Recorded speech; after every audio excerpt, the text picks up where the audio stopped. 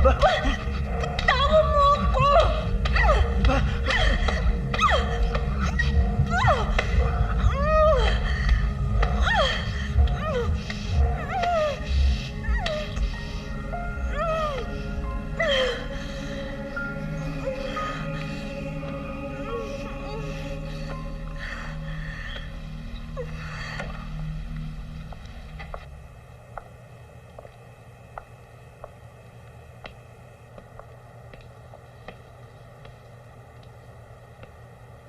Next week na yung flight namin ni Gail.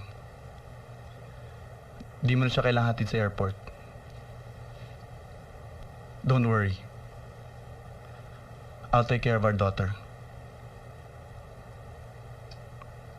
Thank you.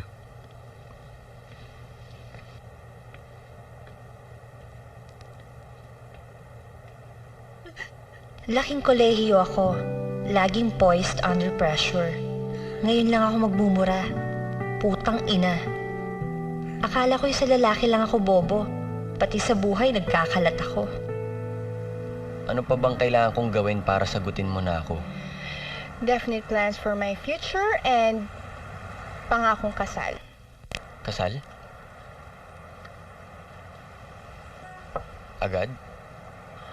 Oh, I don't believe in long engagement eh. Gusto ko kasi may asawa na ako at 20. 20? Papayag ba parents mo nun? Hindi, pero okay lang yun. Hindi naman natin sila kailangan eh. Rich ka naman, 'di ba? Bakit? Magagalit bang parents mo? Siyempre naman. Ayaw nga nila ako magseryoso sa love eh. So, hindi ka seryoso sa akin? Hindi, seryoso ako. Pero, kasal? Alam mo, huwag ka matakot. Only son ka eh. Hindi ka nila matitiis.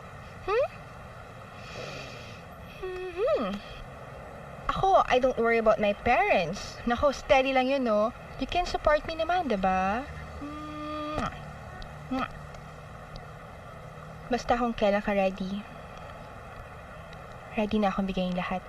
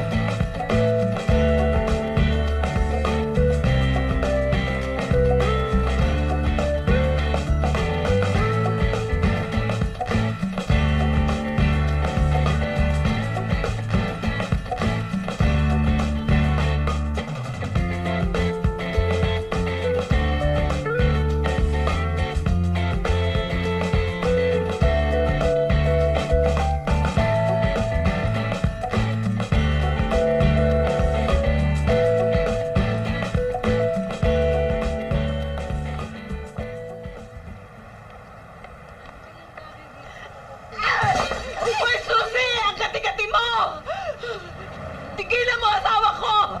Ang dami-daming lalaki dyan! Asawa ko pa ang napili mo!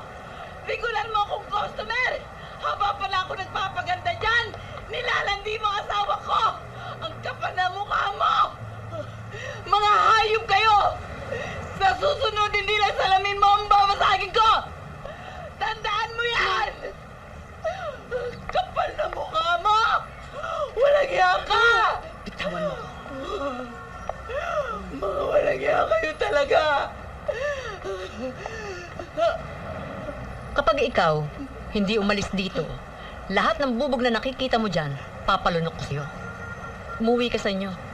Asawa mo ang harapin mo. Kung hindi mo kaya, salamin ang harapin mo para makita mo kung ano ang problema mo. Hindi ko sinasabing tama ang ginawa ng anak ko. Pero wala kang karapatang lait-laitin siya. Kaya mabuti pa, umuwi ka na muna bago pa ako tumawag ng pulis. Lilipad na ako ng palong!